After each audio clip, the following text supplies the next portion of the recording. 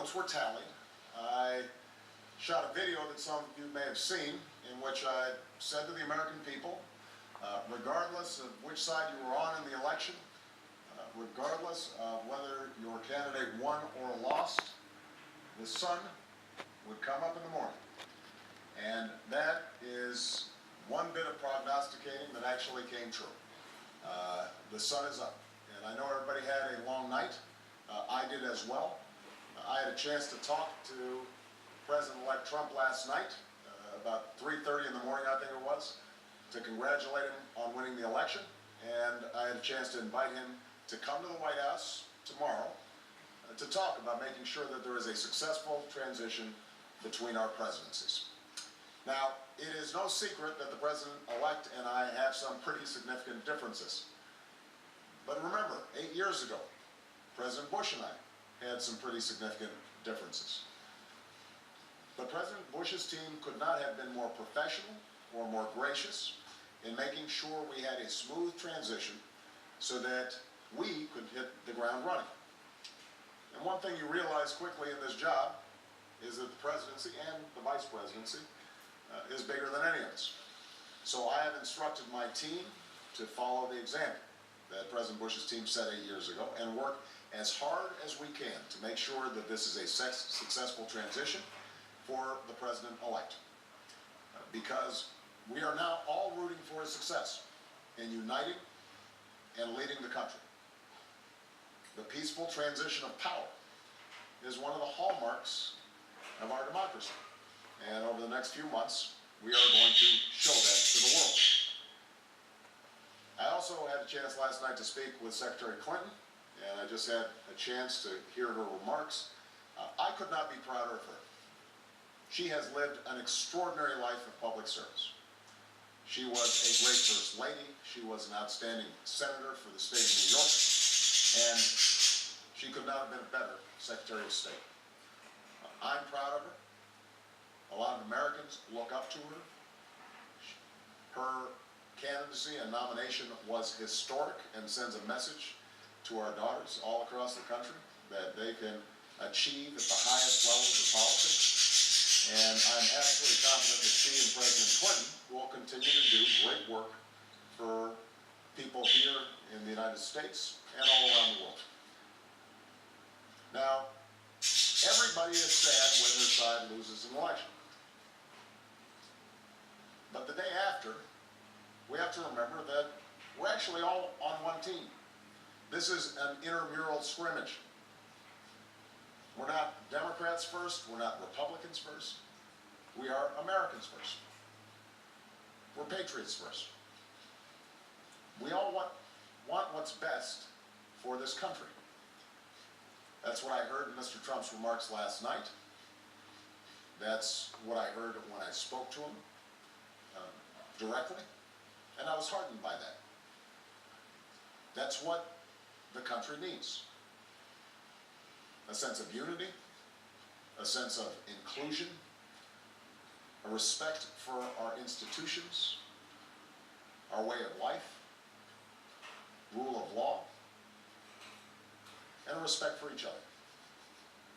I hope that he maintains that spirit throughout this transition, and I certainly hope that's how his presidency has a chance to begin.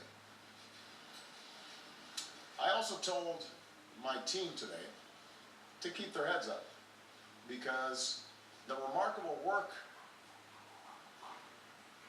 that they have done day in, day out, often without a lot of fanfare, often with a lot of attention. Work in agencies, work in obscure areas of policy that make government run better and make it more responsive and make it more efficient and make it more service friendly so that it's actually helping more people. That remarkable work has left the next president with a stronger, better country than the one that existed 8 years ago. So win or lose in this election, that was always our mission. That was our mission from day one. And everyone on my team should be extraordinarily proud of everything that they have done. And so should all the Americans that I've had a chance to meet all across this country, who do the hard work of building on that progress every single day. Teachers in schools, doctors in an ER clinic, small businesses putting their all into starting something up, making sure they're treating their employees well. All the important work that's done by moms and dads and families and congregations in every state. The work of perfecting this union. So this was a long and hard-fought campaign. A lot of our fellow Americans are exalted today. A lot of Americans are less so. But that's the nature of campaigns. That's the nature of democracy. It is hard. And sometimes contentious and noisy. And it's not always inspiring.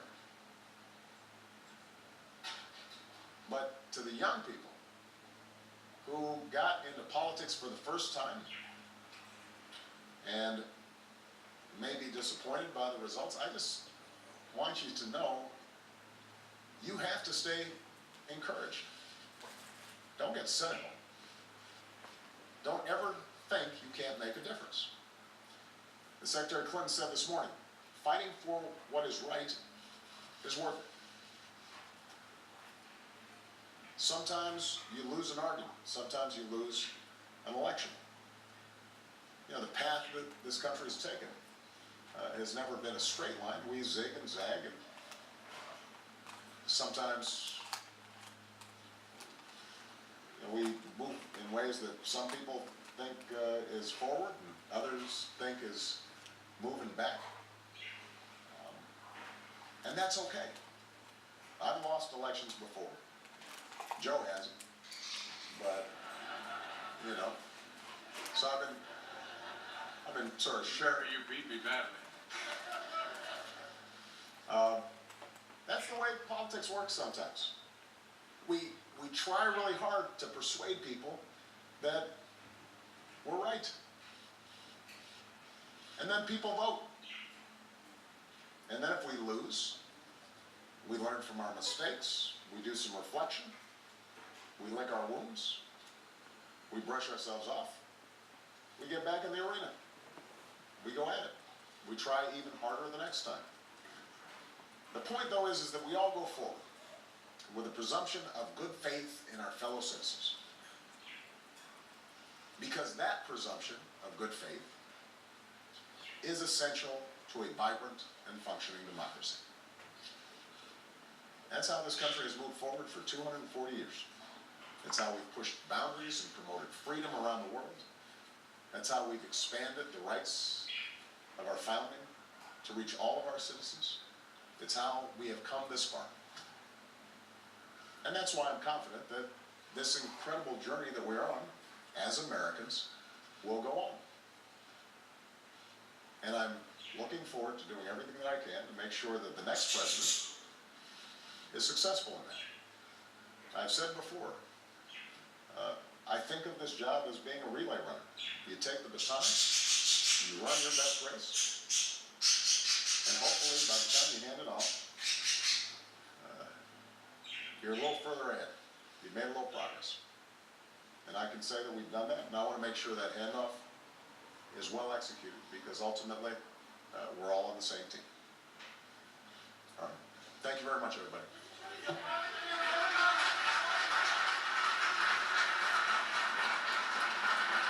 President of the United States Barack Obama, the Vice President of the United States Joe Biden, heading back into the Oval Office after quite a remarkable statement from the President in the Rose Garden, conciliatory.